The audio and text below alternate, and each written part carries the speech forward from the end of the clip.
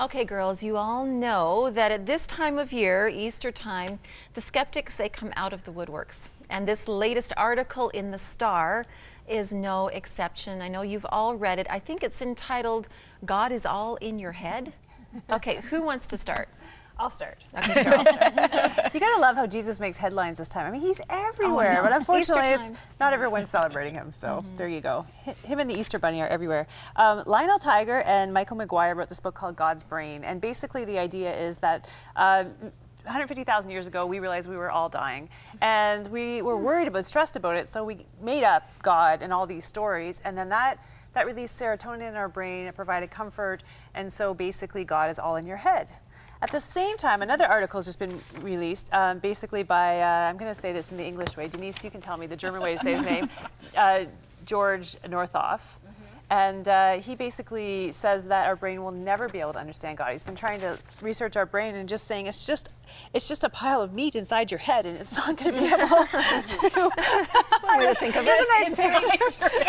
Okay, maybe he didn't say meat, but he did say it was like that though. He did say something like that, and basically that it cannot ever understand or prove the existence of God. Our brain has limits, and in order for us to be conscious, it's just never going to be able to be that transcendent.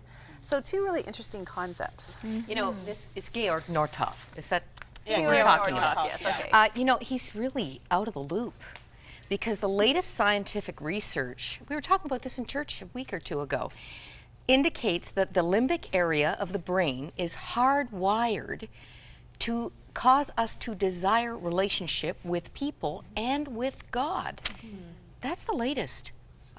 What's he really getting his information? He's pretty, but he doesn't say that we're not hardwired. He said that the brain cannot prove the existence of God. Or disprove. Or disprove. And I think this also came in response to this whole, you know, he does mention these neo-atheists that have come up and said, well, basically, if you have a brain, you don't believe in God because it's just, it's fairy tales, it's superstition, it's something we've created. But he's saying, no, you can't say that. You can't actually disprove that there is no God. You can study the idea of belief, but you can't disprove there's a God or prove there's a God by studying science alone. Okay. And it does kind of point to this. I mean, it still continues to fascinate people that thousands and thousands of years we've had this belief.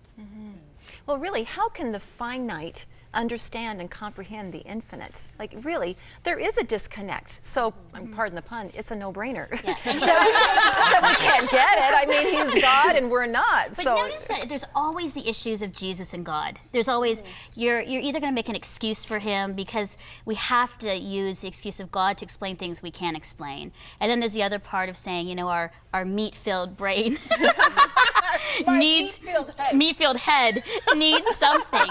And you know, it's like Jesus and God are always on, you know, the chopping block of issues and controversy, and people need to explain him.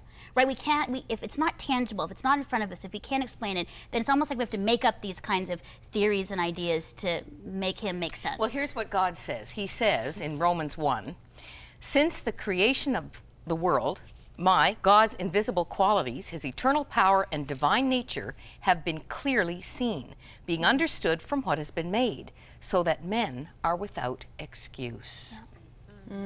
I think, you know, we should never be afraid of science, but at the end of the day, faith is faith. It's not science. It's not proven. It's not about fact. It's about faith. It's a leap that you take.